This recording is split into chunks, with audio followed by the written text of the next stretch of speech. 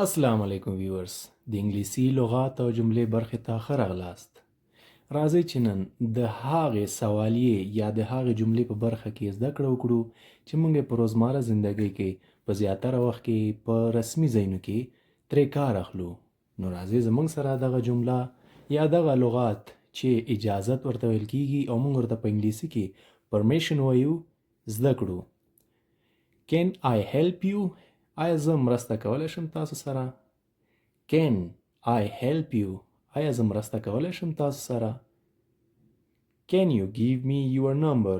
آیا کولی شي خپل نمبر راکړئ؟ Can you give me your number؟ آیا کولی شي خپل نمبر راکړئ؟ May I help you sir؟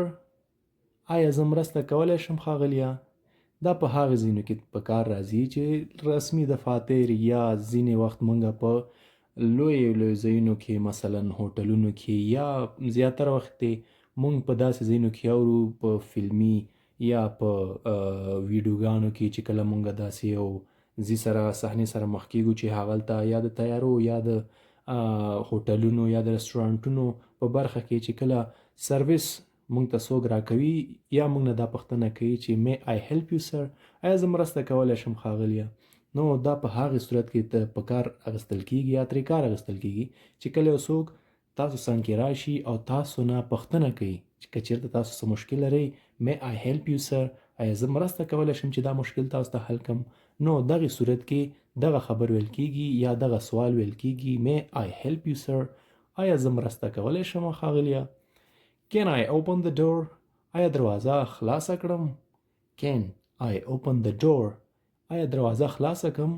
دا په هغه صورت کې ویل کیږي چې کله تاسو یو چا نه اجازت غواړئ. Can I sit here؟ آیا دلته کښېناستی شم؟ Can I sit here؟ آیا دلته کښېناستی شم؟ دا په هغه صورت کې ویل کیږي چې کله تاسو غواړئ یو څوک مطمئنه کړئ چې زما د کښېناستو نه دوی ته څه مسله نشته دی. نو په دغې صورت کې موږ دغه جمله استعمالولی شو چې Can I sit here؟ آیا دلته کښېناستی شم؟ Can I sit here؟ آیا دلته کښېناستی شم؟ د لا زیاتو جملاتو د زده کړې لپاره زموږ چینل در سره سبسکرایب کړئ.